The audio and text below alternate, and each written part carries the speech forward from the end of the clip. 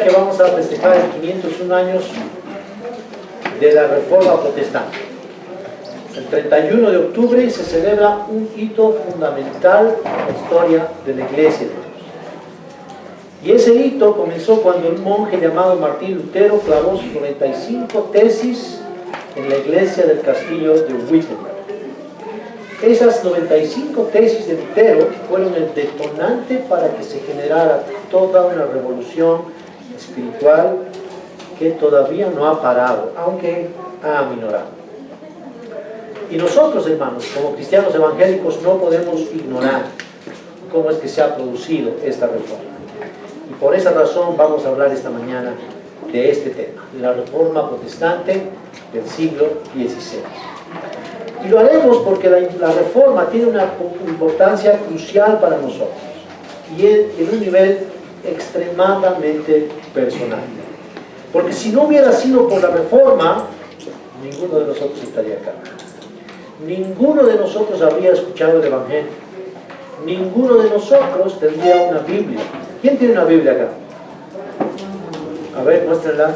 No el celular, la Biblia. Ok, ¿quién tiene un libro cristiano acá? Bueno, esas son cosas, herencia de la Reforma. Son parte de la herencia reformada. La Reforma nos dejó un legado precioso, hermanos, que no solamente debemos conocer, sino también disfrutar. Y su legado es tan amplio que va a ser imposible que pueda compactar todo lo que ha dejado la Reforma en esta mañana en un solo sermón. Sin embargo, vamos a dar un vistazo a las 5 columnas doctrinales que nos ha dejado la Reforma como un legado.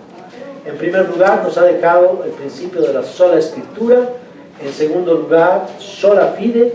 En tercer lugar, sola gratia. En cuarto lugar, solus Christus. Y en quinto lugar, soli Deo gloria.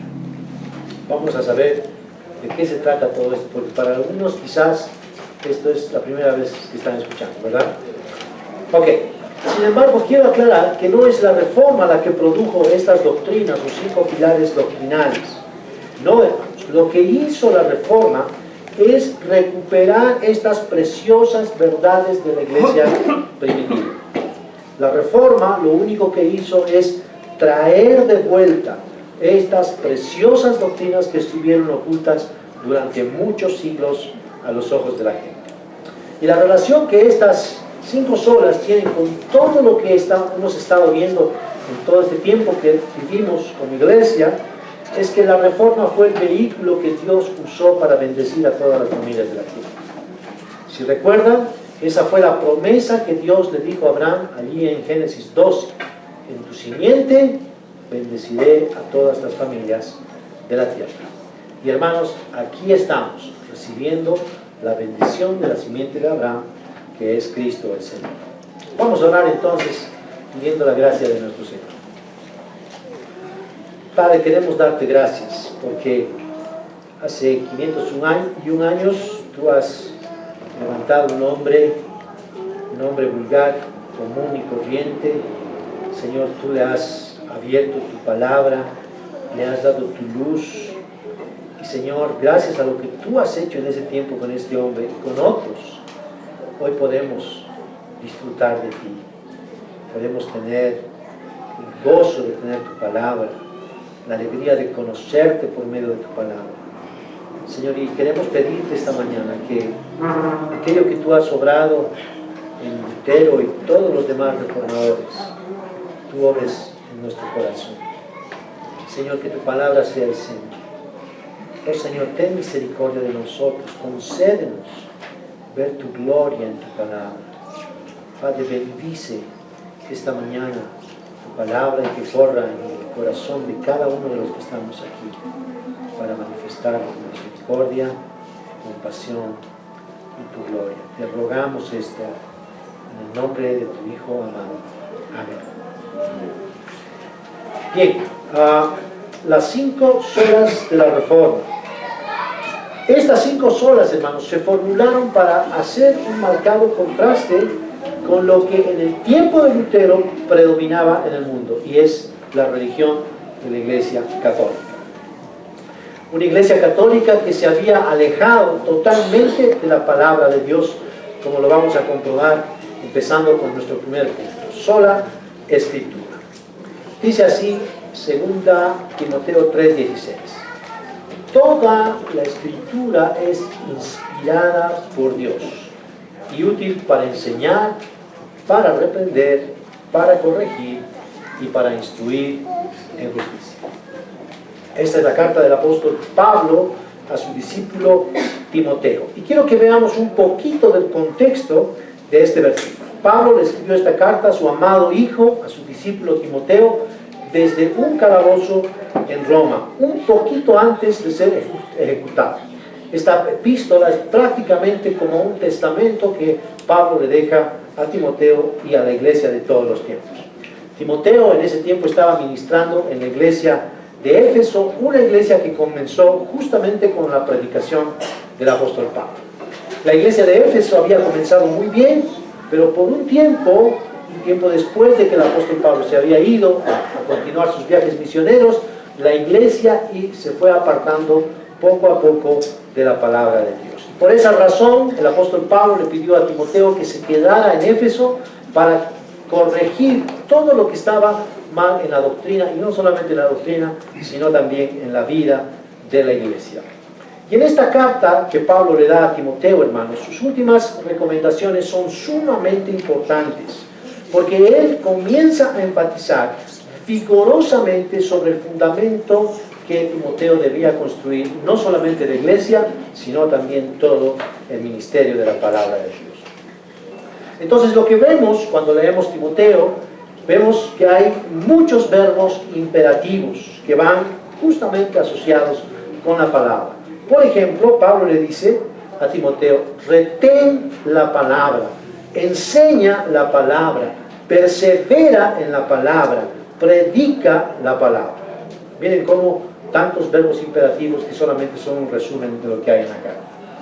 Pero todos estos imperativos al parecer duraron como unos 35-40 años en la iglesia, porque aunque la iglesia retuvo la sana doctrina, vemos en el Apocalipsis 2 que el amor de esta iglesia se había enfriado.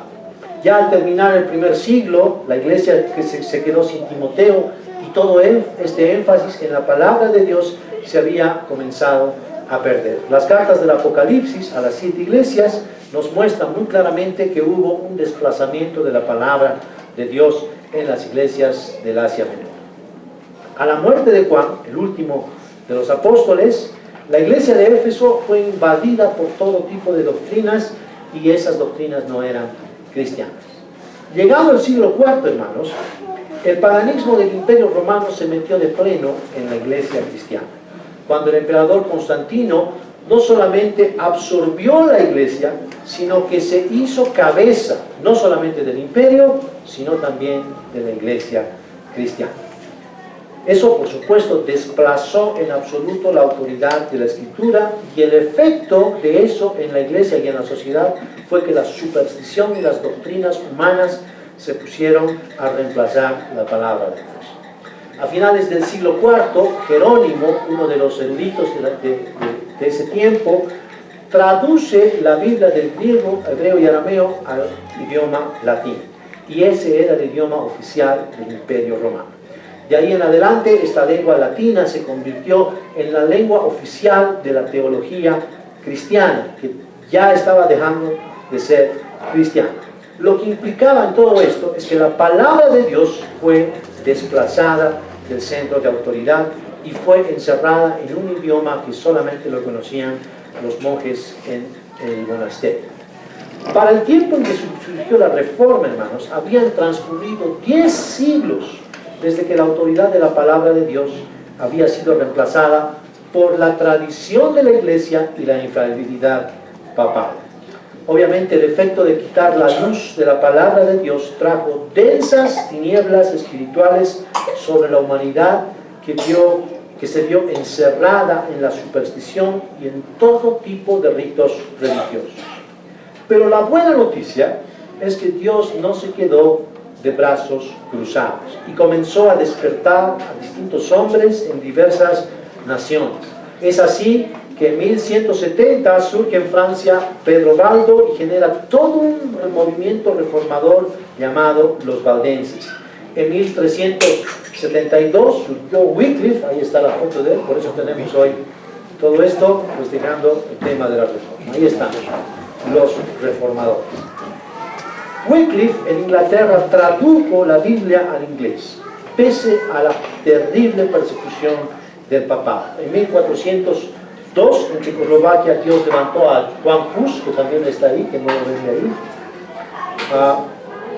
Y en 1494 apareció en Italia el fraile dominico Savonarole. Todos estos hombres, hermanos, fueron los herreros de Dios que comenzaron a forjar los rieles sobre los cuales vendría con ímpetu el movimiento de la reforma. Como dice el historiador Justo González, Lutero no apareció en un vacío, sino que fue el resultado de varios intentos de reforma a lo largo de los siglos. Fue la época de los sueños frustrados. Pero esos pequeños movimientos que se habían gestado en la reforma fueron preparando el escenario para que se diera lugar un detonante en el siglo XVI, que justamente fue cuando Lutero clavó sus 95 tesis.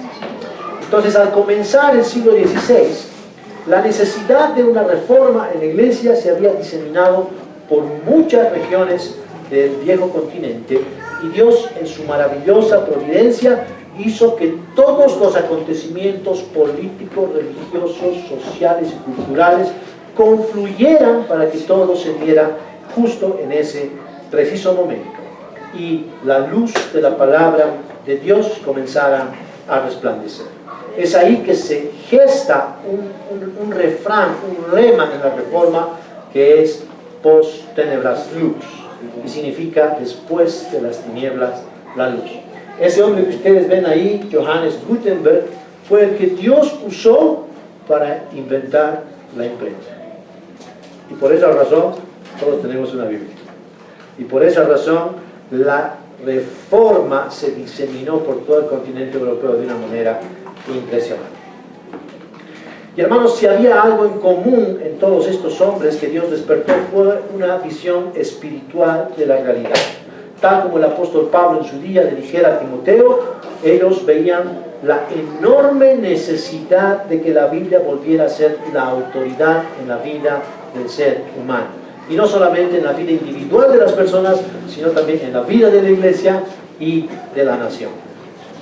Es en ese contexto que aparece Martín Lutero cuestionando la venta de indulgencias que la Iglesia Católica había inventado para enriquecer el papado.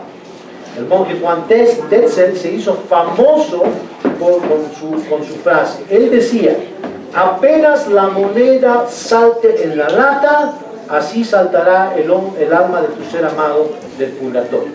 Y recolectaba dinero para el Papa vendiendo estas indulgencias. Y por supuesto Lutero vio que esa era una forma muy cruel y horrenda de engañar a la gente, porque ni el Papa ni la Iglesia tenía el derecho de vender el perdón de Dios por dinero. Ese perdón solamente se podría obtener por la fe en Cristo y gratuitamente por su gracia. Ahora, ¿de dónde sacó eso Lutero? Pues de la palabra de Dios. Dios usó a Lutero para ponerle fin a muchos siglos de dominio católico y de tinieblas espirituales, y su palabra fue estudiada, enseñada, proclamada y traducida a otros idiomas. Y hermanos, en todo esto vemos que la reforma le devolvió al pueblo la palabra de Dios y recuperó el evangelio que se había perdido entre el monasterio durante 11 siglos más o menos. Y por supuesto eso partió en dos: una iglesia que estaba muerta en las tradiciones y hambrienta de poder terrenal. En pocas palabras, Lutero metió la mano en la billetera del Papa y la comenzó a fiscalizar con la palabra de Dios.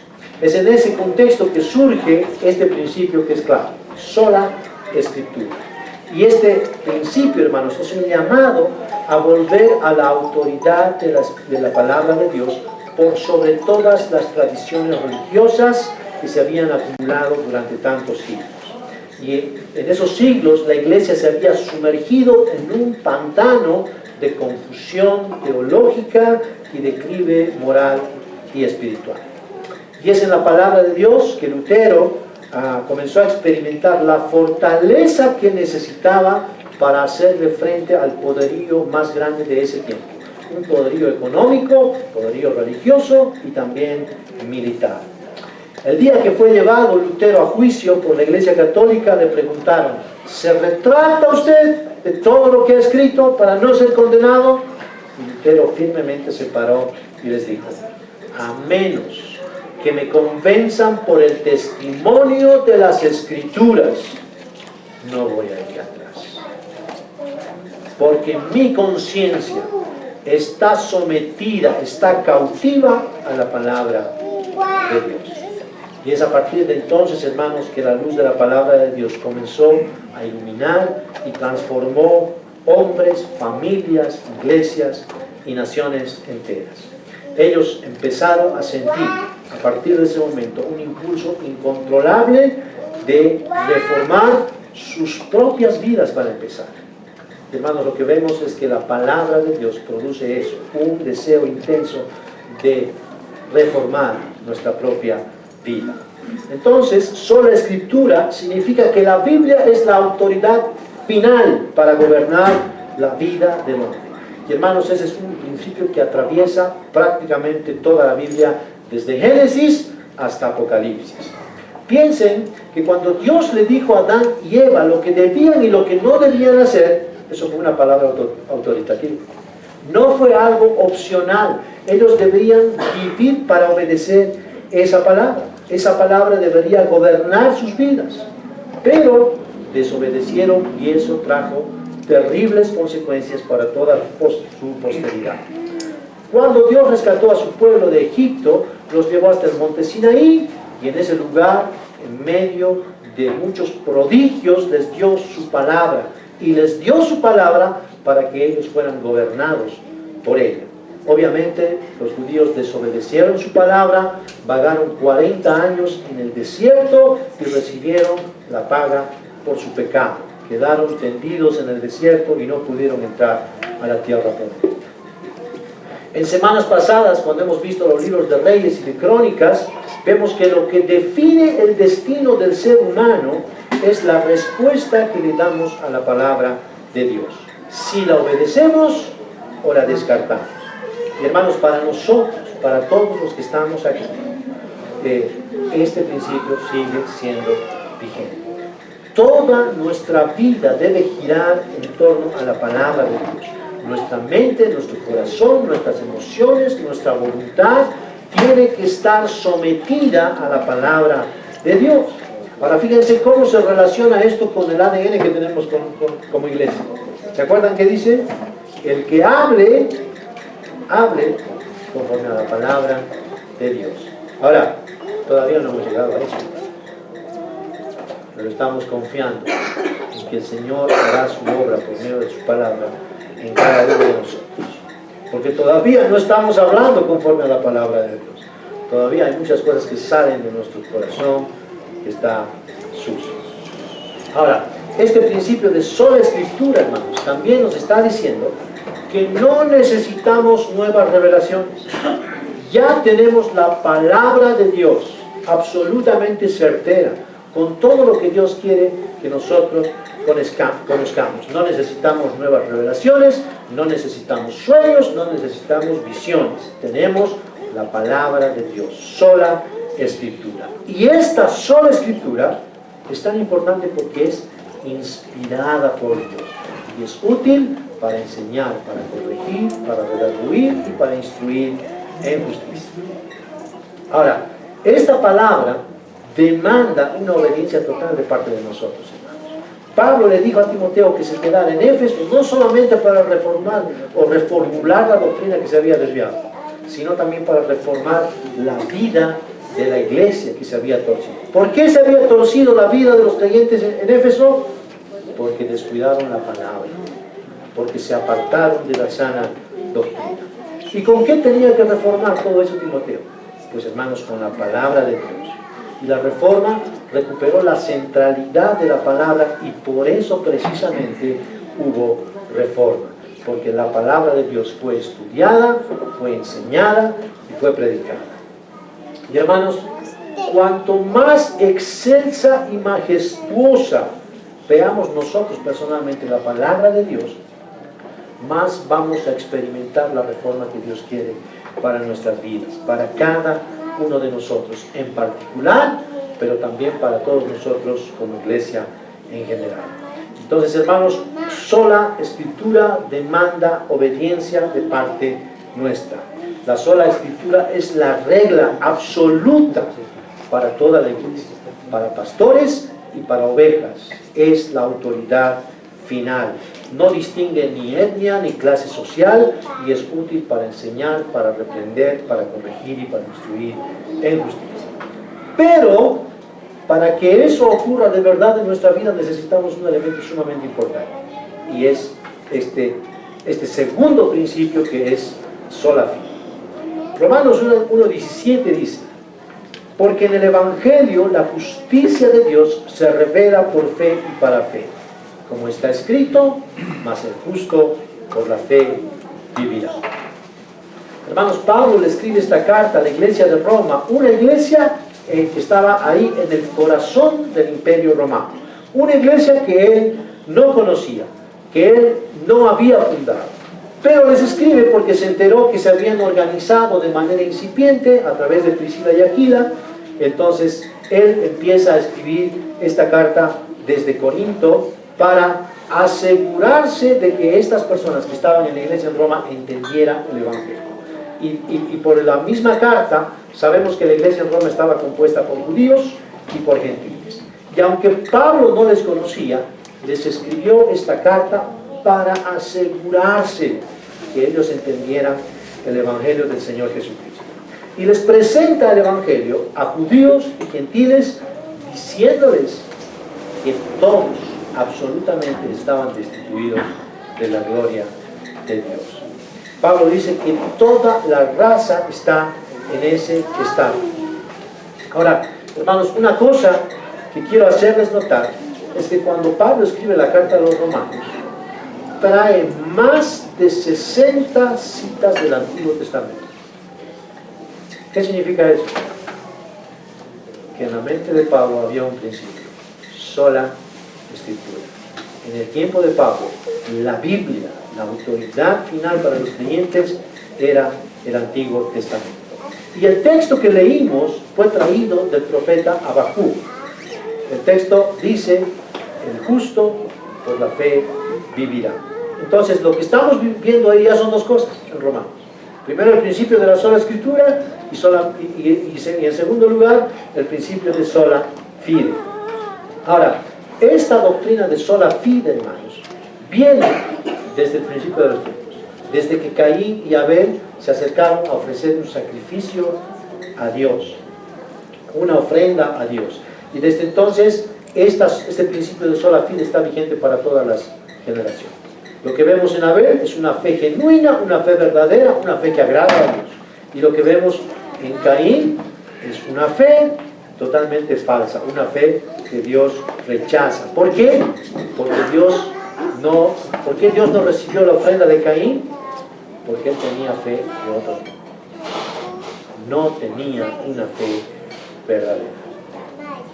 Ahora, cuando llegamos a la carta a los Hebreos, vemos que en el capítulo 11, el autor hace un recuento de los creyentes del Antiguo Testamento. Y ahí, en el capítulo 11, el autor deja bien claro que todos estos creyentes del Antiguo Testamento tuvieron una relación fortalecida, una relación vigorosa con Dios, porque tuvieron una fe verdadera. Ahora, la fe verdadera, hermanos, es una fe sobrenatural. ¿Qué quiero decir con esto? Que no es producto del ser humano. El ser humano no puede producir una fe verdadera. El ser humano tiene una fe espuria, tiene una fe natural para colocar la confianza en las cosas naturales, no en las cosas celestiales, no en el objeto fundamental de la fe que es Cristo el Señor. Ahora, el apóstol, al escribir la carta a los Efesios, él deja muy en claro este principio, que el hombre no puede producir fe. Y les dice en el capítulo 2, versículo 8, a los Efesios, porque por gracia habéis sido salvados por medio de la fe. Y esto no de vosotros, pues es un don de Dios. Ahora, hermanos, yo sé que esto puede sonar raro para muchos de nosotros, porque todo el mundo dice que tiene fe. Todo el mundo, o casi todo el mundo, dice que cree en Dios. Entonces, miren qué importante es someter la fe que pensamos tener a las Escrituras. Lo que la Escritura dice, si es verdad o es mentira respecto a nuestra fe. Y aquí en la epístola a los Efesios encontramos en un absoluto respecto a cómo debe ser una fe verdadera. Y hermanos, noten que Pablo quiere asegurarse que a los efesios ni se les ocurra pensar que ellos pueden producir fe. Y les dice, ustedes son salvos por medio de la gracia, por la fe que les ha sido regalada de arriba. ¿Por qué nos ha sido regalada de arriba? Preguntarán los efesios. Porque ustedes no pueden producir.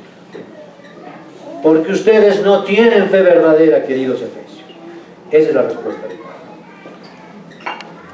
Ahora, sola fide es la segunda doctrina crucial para la salvación del hombre. Y hermanos, esta doctrina se la formuló para hacer un marcado contraste con la enseñanza de la Iglesia Católica. Y básicamente dice que la salvación se la recibe solamente por la fe, exclusivamente por la fe en el Señor Jesucristo. Esta fe no necesita de esfuerzos u obras humanas. Y lo que ocurrió en la iglesia es que cuando se sacó la autoridad de la palabra de Dios, la idea pagana de las obras y méritos humanos para acercarse a Dios se convirtió en una norma. Y con eso se sacó la escritura, se sacó el principio de la sola fide. Entonces la tradición y la infalibilidad papal, a eso se agregaron los sacramentos que una persona tiene que cumplir para tener una relación con Dios. La Iglesia Católica dice que ella es la administradora de los méritos de Cristo, y no solo de Cristo, sino también los de María. ¿Dónde está eso en la Biblia? Pues no está. Ahora, el creyente católico tiene que tener fe en la sabiduría de la Iglesia para administrar ese mérito de Cristo, y lo va a distribuir, según la teología católica, de acuerdo a los sacramentos que se cumplan.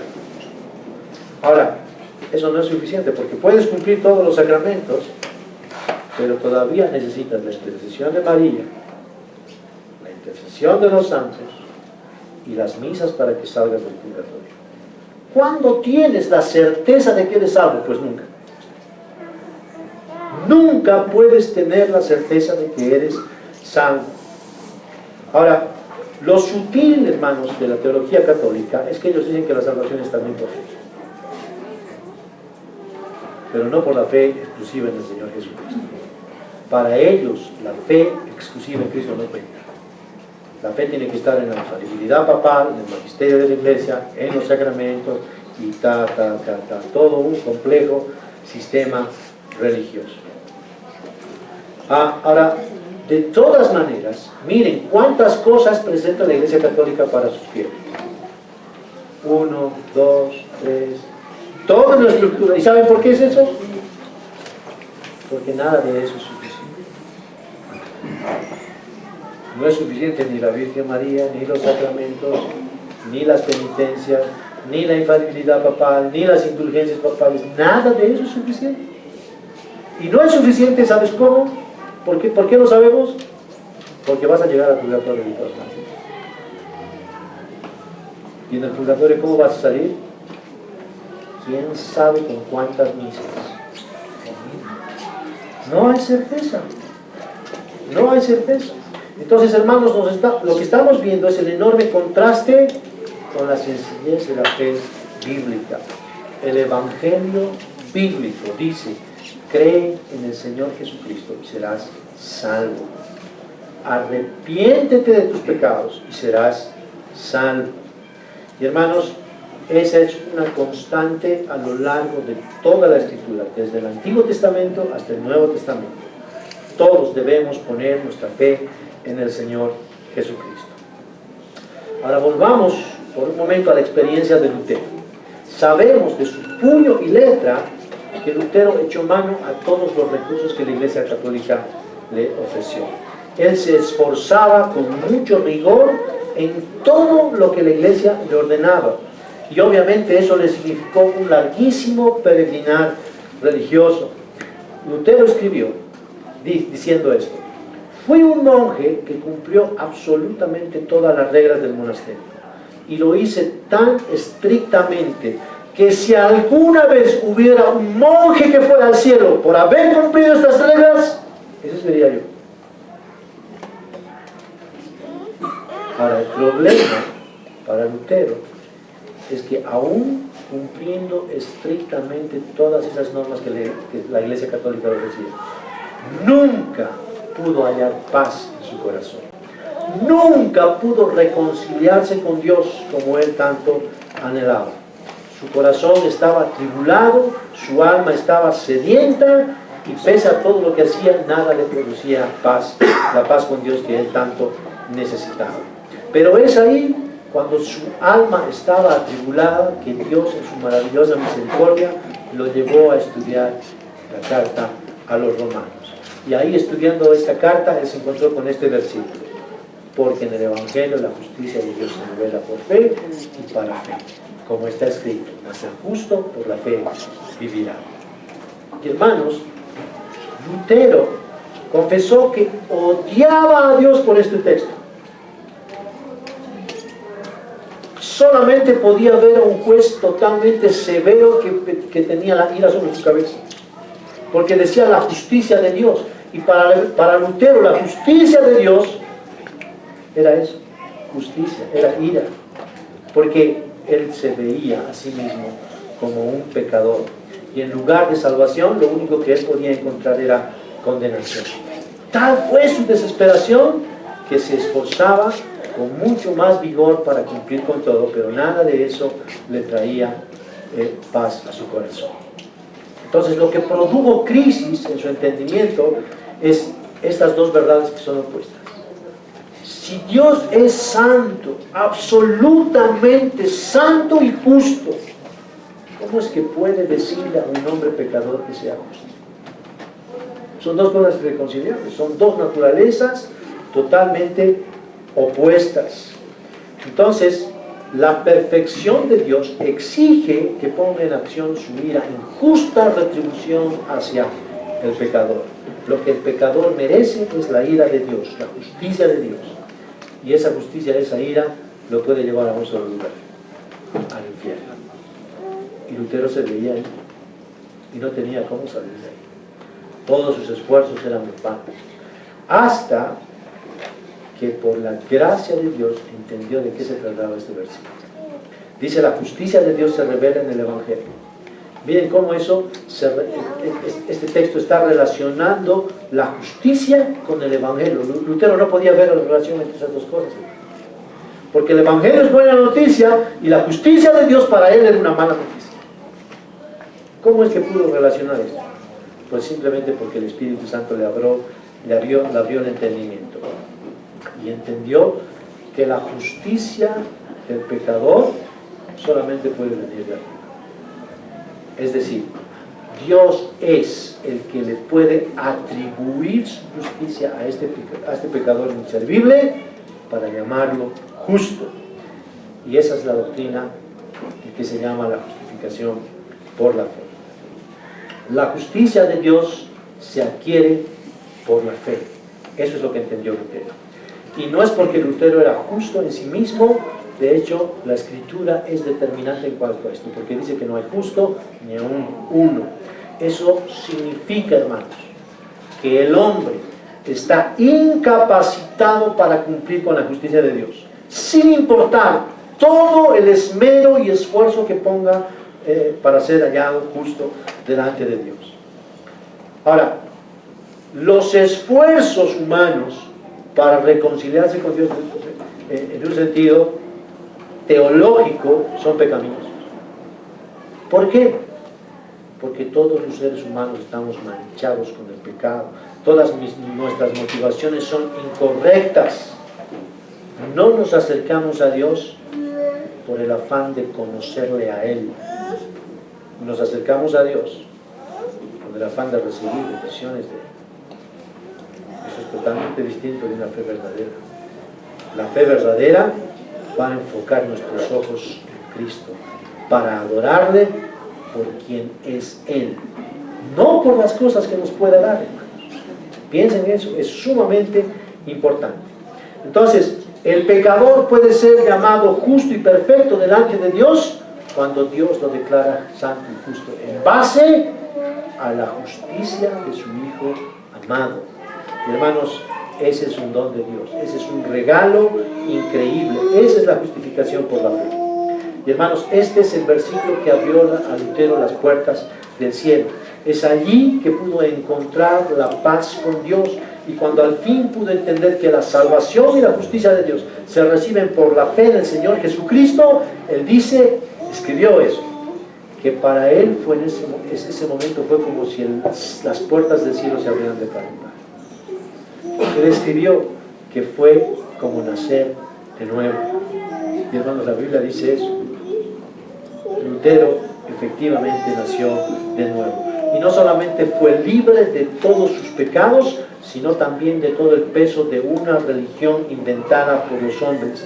Y en ese espíritu de libertad, él estudió, tradujo la Biblia y enseñó a la nación alemana. Él proclamó la palabra de Dios. Lutero no pudo quedarse con esta preciosa verdad para él solo. Él se sintió compungido, impulsado a predicar esa palabra que lo había salvado. Él sintió una obligación incontrolable para que todos conocieran la salvación que él mismo había experimentado. Una salvación en base a la Escritura, una salvación en base al principio de sola fe, una fe exclusiva en el Señor Jesucristo. Sola fide, hermanos, es tener confianza en una persona en específico. Esa es la fe verdadera. Porque la gente dice, yo tengo fe. ¿En qué? En que la semana que viene me va a ir bien. ¿Y dónde está Cristo? Pues no está. Y si no está, no es fe. No es una fe bíblica, no es una fe sobrenatural. Y hermanos, es tan importante entender este asunto de la fe. A la fe no le podemos agregar nada, por eso es el principio de la sola fide, sola fe en Cristo. No necesitamos agregar ninguna obra. ¿Por qué? Porque Cristo hizo una obra perfecta, una obra completa para rescatarnos de nuestras propias tinieblas. Ahora, este principio de sola fide, hermanos, es un principio transformador. Cuando la fe es verdadera, nos va a transformar el corazón, producto de que estamos estudiando y meditando la palabra de Dios. Eso no viene por ósmosis.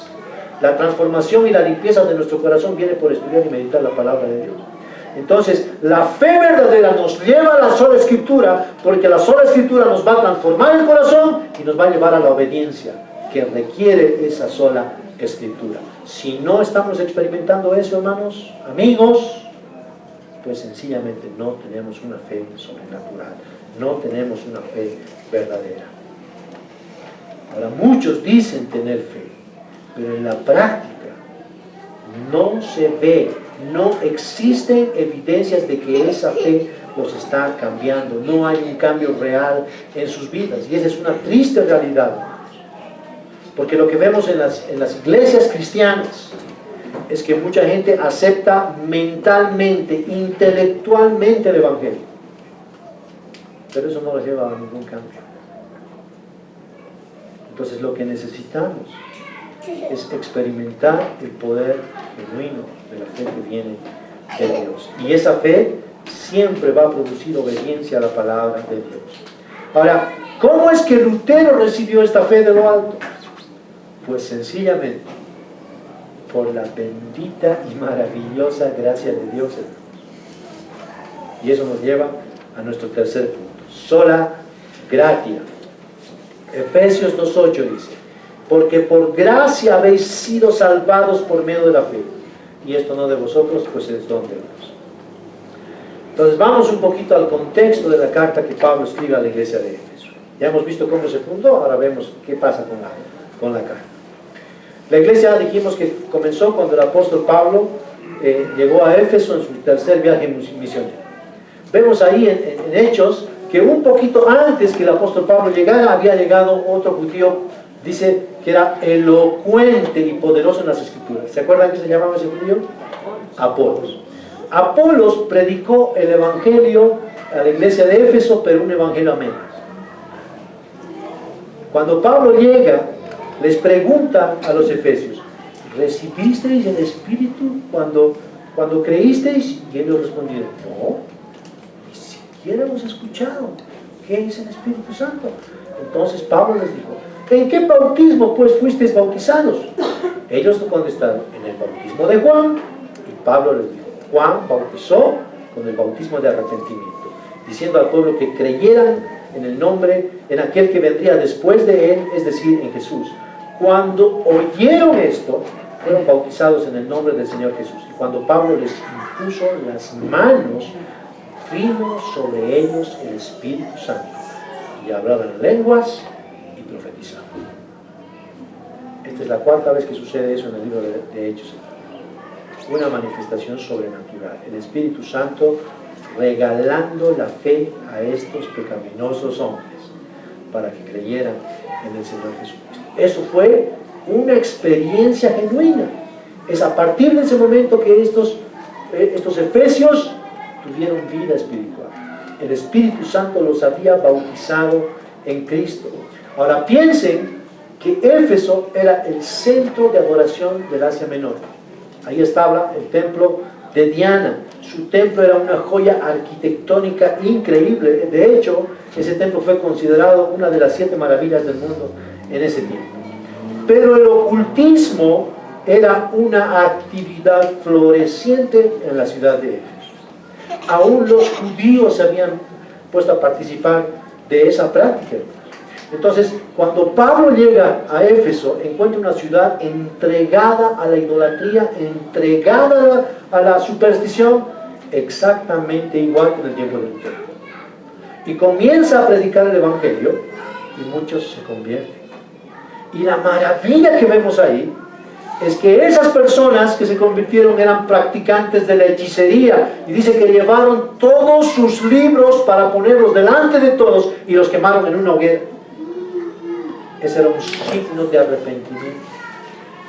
Habían renunciado al ocultismo, habían renunciado a Satanás, habían renunciado a la hechicería, se convirtieron al Dios vivo, al Dios hombre que se llamaba Jesucristo.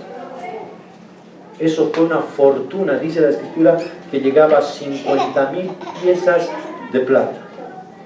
Ahora, hermanos, estas cosas que ocurrieron en Éfeso nos permiten ver básicamente dos cosas. En primer lugar, lo que podemos ver es la tremenda indignidad de los efesios. Odiaban a Dios, amaban el diablo. La segunda cosa que podemos ver es la increíble gracia de Dios, derramándose sobre personas totalmente indignas. Y Pablo quiere cerciorarse que ellos entiendan eso, hermanos. Y por eso en el capítulo 2, él les escribe: Él os dio vida a vosotros que estabais muertos en vuestros delitos y pecados, en los cuales anduvisteis en otro tiempo, según la corriente de este mundo, conforme al príncipe de la potestad del aire, el espíritu que ahora opera en los hijos de desobediencia. Eso está describiendo el corazón de los efesios. Eran totalmente indignos. Entonces lo que Pablo les está diciendo es que no había nada en ellos que pudiera agradar a Dios. Ellos no tenían ningún mérito para ser amados. Y lo que debemos notar, hermanos, es que aquí, con esta doctrina, es que todos los seres humanos estamos en el mismo estatus que los efesios. Nuestro pecado nos impide ser agradables a Dios. Ahora, eso fue también cierto para Lutero, no solo para nosotros. Lutero, al igual que los efesios, estaba sumido en total oscuridad e idolatría. Claro, no estaba adorando a Diana, pero estaba adorando a la Virgen María. No estaba adorando a los ídolos griegos ni romanos, pero estaba adorando a todos los santos y a las reliquias que había en la Iglesia Católica. Ahora, hermanos, lo que debe quedar claro para nosotros es que no solo no tenemos mérito delante de Dios, sino que no podemos generarlo. Eso es crucial para nuestro entendimiento. Con esta naturaleza pecaminosa con la que hemos nacido, no podemos agradar a Dios. Entonces, cuando entendemos eso, que no merecemos la gracia de Dios, es precisamente cuando la gracia se vuelve maravillosa. Cuando eso asombra nuestros ojos, nuestra mente y llena nuestro corazón. Porque si sabemos lo que verdaderamente somos, ¿cuánto más nos vamos a maravillar de la gracia de Dios? Porque en su gracia Dios nos da lo que no merecemos en absoluto. Ahora, hermanos, el reconocer que Dios en su gracia se propuso salvar pecadores entregados a la idolatría y al pecado debe conmover nuestro corazón. ¿Y saben cómo se conmueve ese corazón? Cuando tenemos un nuevo corazón. Porque con el viejo corazón con el que nacemos, jamás vamos a valorar, no vamos a admirar la gracia de Dios en nuestras vidas. Hermanos, no somos apetecibles para ser amados. Dios nos ama porque Él quiere. La gracia es el despliegue de su amor, de su misericordia y de su perdón.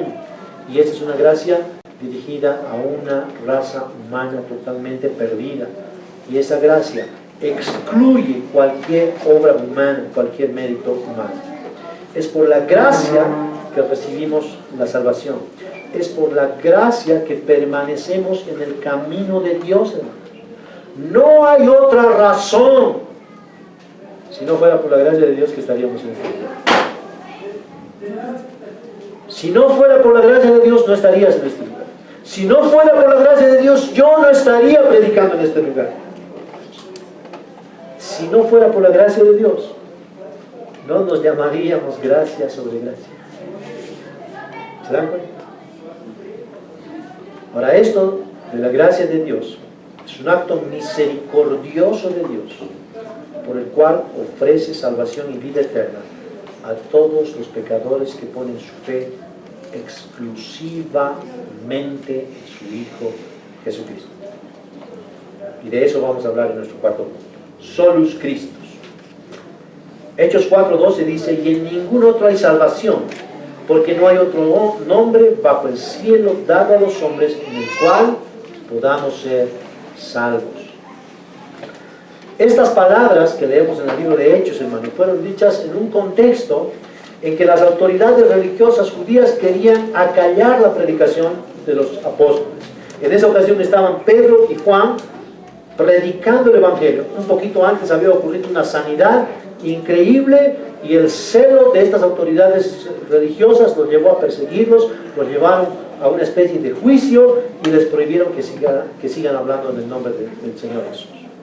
Entonces dice el relato que Pedro, lleno del Espíritu Santo, les comenzó a predicar el Evangelio y los confrontó y los acusó que ellos habían crucificado al Señor Jesucristo. Y Pedro dice que tenía un denuedo y un dominio de las Escrituras impresionante, lo cual admiró a esta gente porque ellos sabían que era un hombre del vulgo y sin letras.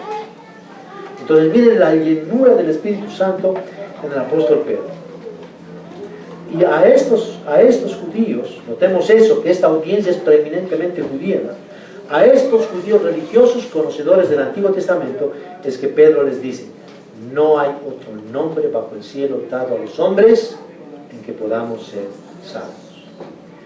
Ahora, hermanos, esta afirmación que el apóstol Pedro está haciendo encierra una verdad absoluta e inconmovible para todos los seres humanos, para todos los hombres y para todas las generaciones.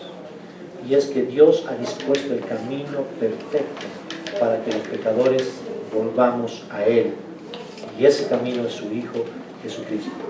Por esta razón, el Señor Jesús dijo tener una autoridad sin igual, una autoridad que ningún otro hombre pudo tener ni lo tendrá. Él dijo: yo soy el camino, la verdad y la vida. Él dijo: yo soy la resurrección y la vida. Yo soy el pan de vida. Yo soy la vid verdadera. ¿Se dan cuenta? ¿Cuánta autoridad? Él dijo: yo soy el buen pastor. Y eso nos recuerda al Salmo 23. Entonces lo que estamos viendo es Dios hecho hombre. Y lo que vemos con mucha claridad en los evangelios es que los pecadores debemos poner nuestra fe exclusivamente en Él, en ese Dios hombre, en ese Dios que se hizo hombre para venir a pagar por nuestros pecados. Y hermanos, esta salvación es tanto para el Antiguo como para el Nuevo Testamento. Solus Christus. En la misma dirección, el apóstol Pablo le escribe a Timoteo en su primera epístola y le dice: porque hay un solo Dios y un solo mediador entre Dios y los hombres, Jesucristo. No hay más. No necesitamos de nadie más. Y hermanos, esta verdad fue tan importante en el tiempo de Lutero, porque el Papa y la Iglesia se arrogaban la autoridad de perdonar pecados y de salvar a las personas del purgatorio. El Papa, por medio de la venta de indulgencias, concedía el perdón de pecados. Miren qué falsedad. Es exactamente lo que pasa hoy con la teología de la prosperidad. La gente tiene que dar algo de dinero para recibir una bendición. Tiene que hacer un pacto para recibir la bendición de Dios, un beneficio espiritual. Miren cuán antiguo es esto. Y uno dice: ya, esto es antiguo. En la época de Lutero estaban lucrando con la religión. Pero en la epístola del apóstol Pedro, en la segunda epístola, en el capítulo 2, vemos que ese hecho ya se presentó. Que habían mercaderes de la fe que estaban aprovechándose de la fe de las personas, haciendo un negocio con ellos. Ahora, hermanos, la Iglesia Católica todavía enseña que la intercesión de la Virgen María y de los santos es necesaria para que un creyente sea escuchado por Dios. Pero eso contradice totalmente la Escritura, hermanos, porque la Escritura dice enfáticamente: Cristo es absolutamente suficiente para suplir todas nuestras necesidades espirituales. Hermanos, el principio de Solus Christus rechaza absolutamente el sacerdotalismo de la Iglesia romana. El sacerdotalismo es la mediación de un sacerdote humano para relacionarse con Dios a través de los sacramentos, de la misa y de la confesión y de la absolución de pecados. Cuando el sacerdote absuelve los pecados, le da al creyente una penitencia que debe ir a cumplir. La autoridad está en ese sacerdote, no en Cristo. Miren cómo contradice, qué abismal es la diferencia. Eso es, hermanos, un insulto al sacerdocio, a la dignidad de Cristo.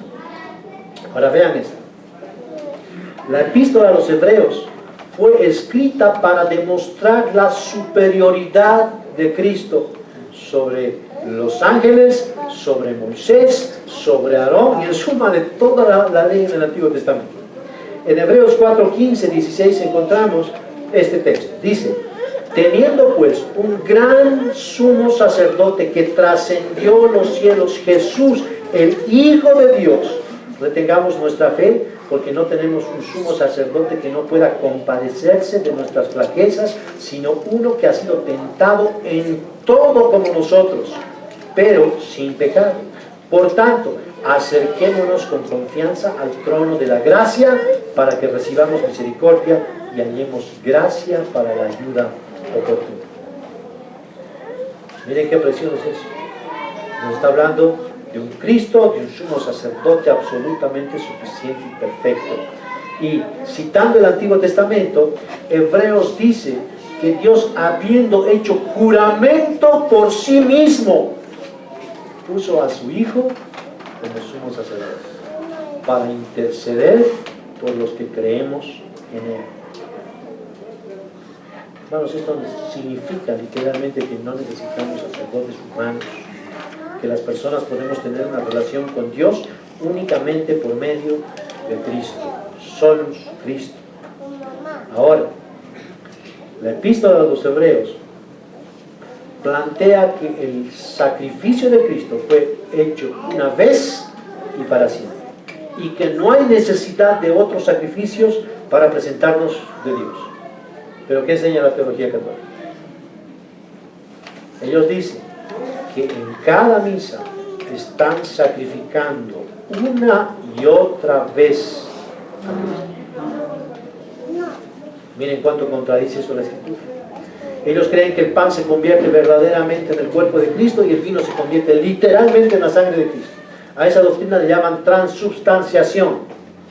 ¿Qué creemos nosotros? Que esos son símbolos. El pan es pan y el vino es vino. Las dos cosas simbolizan el cuerpo de Cristo, la sangre de Cristo. Pero eso no se convierte en una realidad. Ahora, hermanos, quiero que sepan que solamente estoy haciendo un breve contraste entre la teología evangélica protestante, entre la teología bíblica y la teología romana. Hay muchas cosas que he dejado afuera, pero yo espero de verdad que en lo que estamos viendo veamos la grandeza de la Biblia, la grandeza de la fe que viene de Dios, la grandeza de la gracia de Dios, la suficiencia absoluta del Señor Jesucristo. Una verdad que corre a lo largo de toda la Escritura es que solamente en Cristo hay salvación. Otra vez, debo decir, eso es para el Antiguo como para el Nuevo Testamento. Cristo es absolutamente suficiente para salvarnos, para santificarnos y para llevarnos hasta la gloria de Dios. Él es nuestra única necesidad, hermanos. Pero ¿saben qué? No solamente es nuestra única necesidad, sino también debe ser nuestra única satisfacción. Hermanos, cuando Cristo está en el centro, en el trono de nuestro corazón, el mundo se puede caer. Pueden venir las persecuciones, como parece que vendrán. Pueden matarnos, podemos morir por la causa de Cristo. Pero si lo tenemos a Cristo, lo tenemos todo. Lo tenemos todo. Ahora quiero llevarlos otra vez a la iglesia de Éfeso. Cuando Pablo predicó a los efesios, ellos habían escuchado un evangelio completo de la boca de Apolo. No habían recibido el Espíritu Santo. Hasta ese momento, su conocimiento y aceptación del evangelio fue puramente intelectual. Aceptaron el bautismo de Juan, incluso se bautizaron, pero no habían recibido la vida espiritual verdadera. Cuando Pablo les impuso las manos, el Espíritu Santo se derramó sobre ellos y por primera vez experimentaron el bautismo del Espíritu Santo. Ellos empezaron a experimentar vida espiritual verdadera. ¿Por qué? Porque el Espíritu los bautizó en Cristo. Ahora, hermanos, es muy interesante que cuando Pablo le escribe la carta a la iglesia de Éfeso, él repite una y otra vez una frase clave para entender la salvación.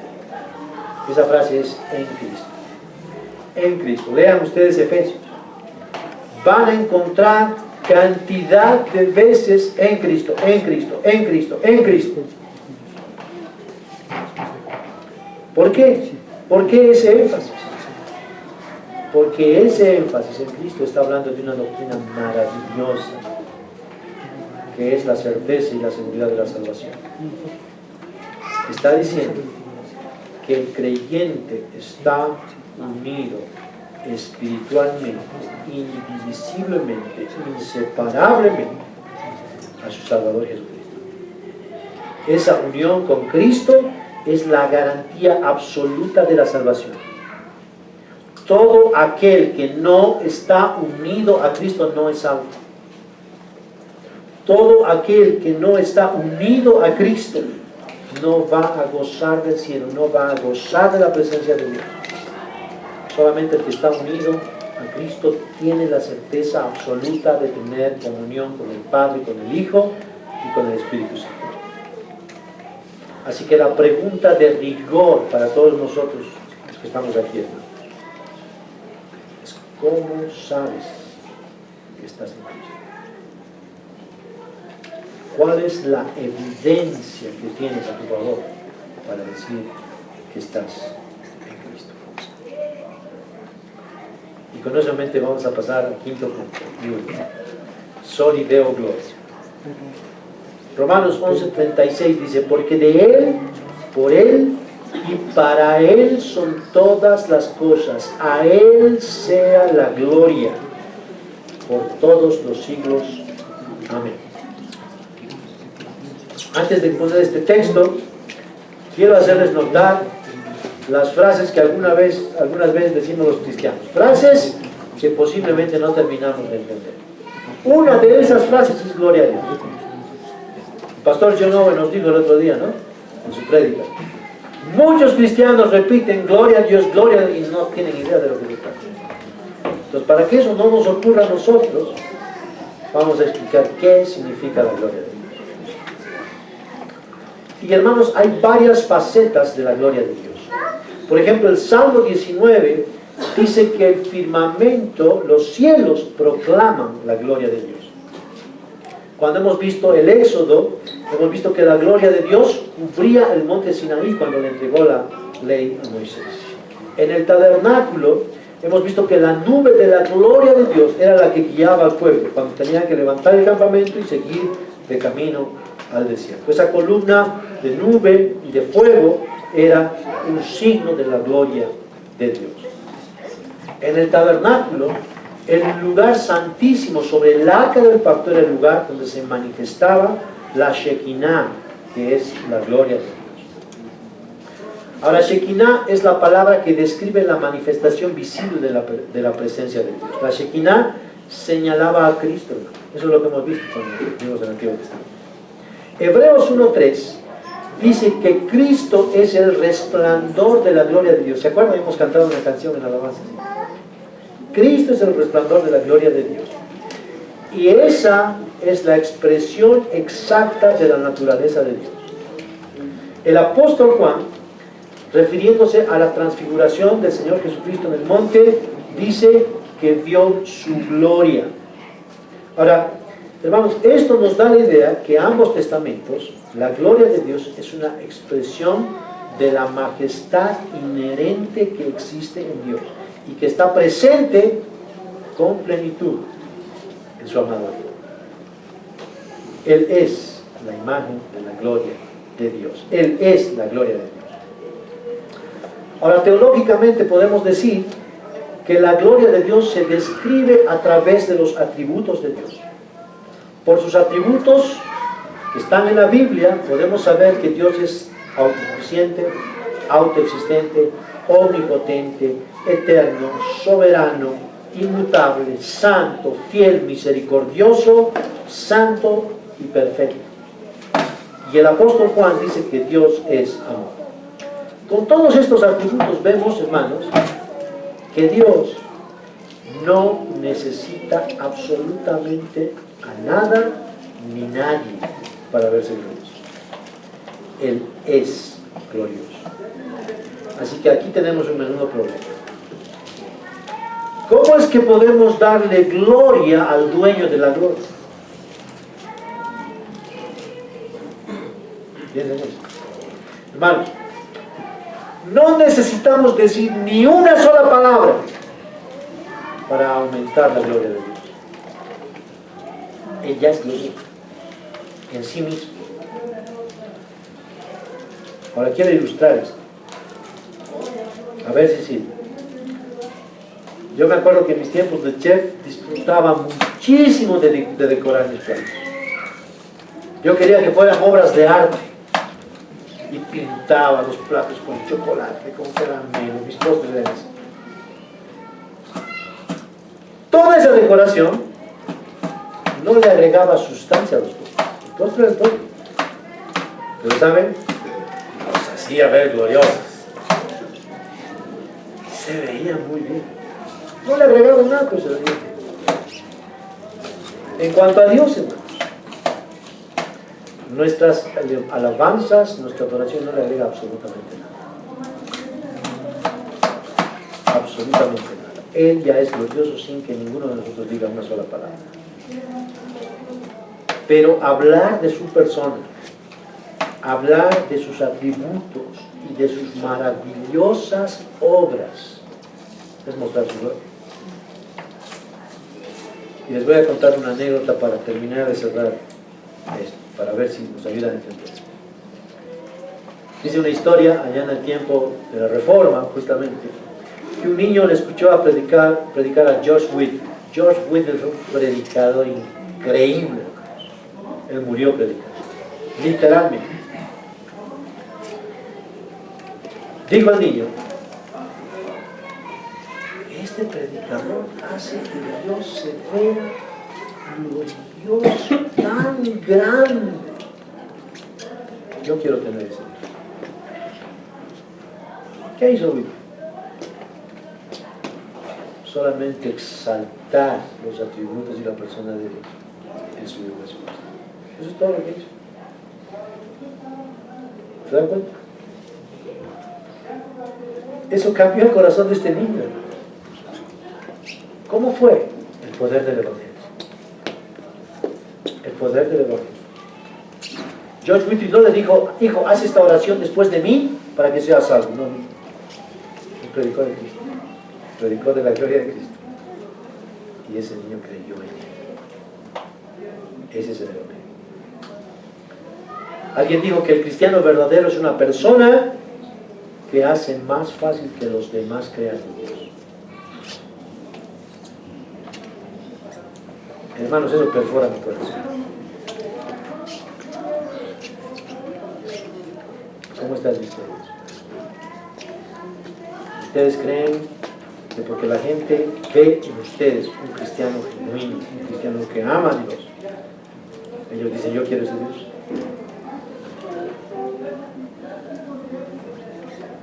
¿O es al revés? Ahora escuchen lo que Dios dice por medio del profeta Isaías. Capítulo 43, versículo 5. Todos los llamados de mi nombre, para gloria mía los he creado. Oh, los formé y los hice. Ahora, esto es solo para cristianos. ¿Ok? Esto, lo que Dios está diciendo, es solo para cristianos. Todos los llamados de mi nombre, para mi gloria los he creado, dice Dios. Vean eso, hermanos. Dios nos ha creado para su gloria, nos ha rescatado para su gloria. Y esa es la misma idea que Pablo repite en Efesios. Y nos dice que Dios en su amor nos predestinó para ser adoptados hijos suyos por medio de su Hijo Jesucristo, según el puro afecto de su voluntad. ¿Para qué? Para alabanza de su gloria. Hermanos, Dios es Dios y ama su gloria. Él es celoso de su obra. Él dice en otros textos: no daré mi gloria a un hombre. Entonces, ¿para qué nos creó? Para su gloria. ¿Para qué nos redimió? Para su gloria.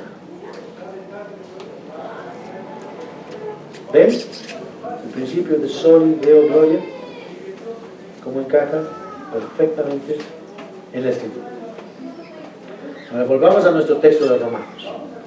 En Romanos dijo Pablo: porque de Él, por Él y para Él son todas las cosas, a Él sea la gloria por todos los siglos. Amén.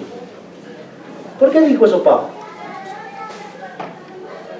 Porque en los 11 capítulos precedentes, hermanos, él ha estado explicando las 5 solas de la Reforma. Sola Escritura, sola fide, sola gracia, solo Cristo. ¿Cómo culmina toda esa doctrina maravillosa del Evangelio? Aquí en Romanos 11:36, con sol y veo gloria. Después de haber visto y expuesto la maravillosa gracia de Dios, la maravillosa fe que Dios nos regala para que creamos en su Hijo, para mostrarnos una salvación increíble, que Él está diciendo, a Él sea toda la gloria. Hermanos, ese es el broche de oro de la doctrina evangélica. Sol Deo Gloria. Ahora, hermanos, el resumen de estas 5 solas sería que somos tan ciegos e ignorantes de Dios que nos tiene que dar su sola Escritura. Que somos tan incapaces de creer en Cristo que Dios nos tiene que dar su sola fe. Que somos tan indignos delante de Dios que Él nos tiene que dar su sola gracia. Que somos tan necesitados, pero tan necesitados de un Salvador, que nos tiene que dar su solo Espíritu. Wow. ¿Y para qué hace todo eso Dios? Para su gloria. Para su gloria. Para que su gloria sea manifiesta en nosotros y a través de nosotros, hermanos. Y por eso Pablo dice en 2 Corintios capítulo 4, que somos vasos de barro. Pero en estos vasos de barro, ¿qué estamos haciendo? Estamos portando su gloria. Estamos portando su gloria. Amados hermanos, las 5 solas de la Reforma nos muestran que la salvación es absolutamente de Dios. Los 5 pilares doctrinales de la Reforma ponen a Dios en el centro de todo. Y así es como tiene que ser. El Evangelio, hermanos, es Dios-céntrico, no es hombre-céntrico. El hombre no está en el centro. Cristo está en el centro. Estos pilares doctrinales nos hacen ver claramente que Dios es el importante, no el hombre. Todo gira en torno a Dios. Por esa razón, podemos concluir que esta doctrina, que si la doctrina evangélica no nos empuja hacia Dios y lo convierte en el objeto de nuestra adoración, en el objeto de nuestros pensamientos, de nuestras emociones y de toda nuestra vida, en realidad no sirve para nada. Si la doctrina que decimos creer, que predicamos, no nos está llevando a obedecer su palabra, pues no sirve para nada. Solo es simple teoría. Piensen en los judíos, hermanos. Miren cómo vamos a ilustrar esto. Ellos habían recibido todos los beneficios de parte de Dios, como dice Pablo en Romanos 9. Habían recibido la adopción como hijos, habían recibido la gloria, el pacto, el culto, las promesas, todo lo recibieron. Pero no les aprovechó de nada. ¿Por qué? Porque no tenían a Cristo. Cristo fue su piedra de tropiezo. Ahora ellos tuvieron el enorme privilegio de que el Mesías de Dios vino por medio de ellos. Miren eso. Y no les sirvió de nada. Lo terriblemente trágico es que Cristo no les aprovechó. ¿Por qué? Porque estaban sumidos en una religión externa. Desplazaron la palabra de Dios y pusieron sus tradiciones por encima de esa palabra. Por esa razón el Señor Jesús les confronta diciéndoles: ustedes habéis invalidado los mandamientos de Dios por las tradiciones de vuestros ancianos. Exactamente igual que en la Iglesia Católica. Ahora miren esta tragedia, hermanos. Ellos creían que creían,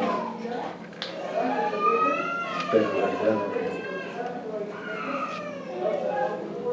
Creían que creían, pero en realidad no creían. ¿Cómo es tu caso? Lo que profesas creer tiene a Dios en el centro de tu vida, porque si no, no sirve de nada. Hermanos, estas 5 verdades representan el corazón de la reforma y surgieron de la palabra de Dios. Y por lo tanto son parte de un evangelio centrado en Dios. Cada una de estas columnas nos lleva a admirar la gloria de un gran Dios, el gran Dios de la Biblia. Nos llevan a depositar nuestra fe en el gran Dios, hombre, quien es el autor y consumador de la fe. Un gran y maravilloso hombre, Dios hombre, lleno de gracia y de verdad, que ha caminado en este mundo quebrado, que ha experimentado el dolor, el sufrimiento como ninguno. Un gran Dios hombre capaz de salvar poderosamente, porque Él es absolutamente suficiente para asegurar la salvación de todo aquel que crea verdaderamente en Él. Un gran Dios, hombre, que nos ha creado y nos ha redimido para su propia gloria. Un creador que nos ha diseñado en Cristo para que vivamos y disfrutemos de vivir para su gloria. ¿Por qué? Porque esa es la verdadera felicidad. Hermanos, el pecado nos engaña y nos hace pensar que las cosas de esta tierra nos van a dar propósito, identidad y razón de vida. Y nada de eso es verdad. Entonces vas a perseguir, como el perrito persigue su cola, la felicidad. Vas a perseguir la seguridad en este mundo como el perrito persigue su cola. No la vas a encontrar. Porque si tu corazón no está en Cristo, si Cristo no está en tu corazón, entonces nada te va a satisfacer, nada te va a dar seguridad. Solamente Cristo lo puede hacer. Cristo es el verdadero Dios hombre. Ahora vean el contraste con el Dios de la Iglesia Católica. Abismal. Eso es un Dios que no es todopoderoso, que necesita la ayuda de María, de los santos, de los sacramentos, de la gracia del Papa, etc. Nunca es. El Cristo de la Iglesia Católica no es suficiente. No es todopoderoso para llevarnos hasta la gloria del Padre. Nosotros tenemos que hacer cosas si fuéramos católicos para llegar ahí. Pero ni aún con eso tenemos la certeza, porque vamos a ir a purgatorio. ¡Oh! Hermanos, el Cristo verdadero es el Dios hombre, todopoderoso, absolutamente capaz para salvar pecadores indignos y llevarlos hasta la gloria del Padre. ¿En qué Cristo crees?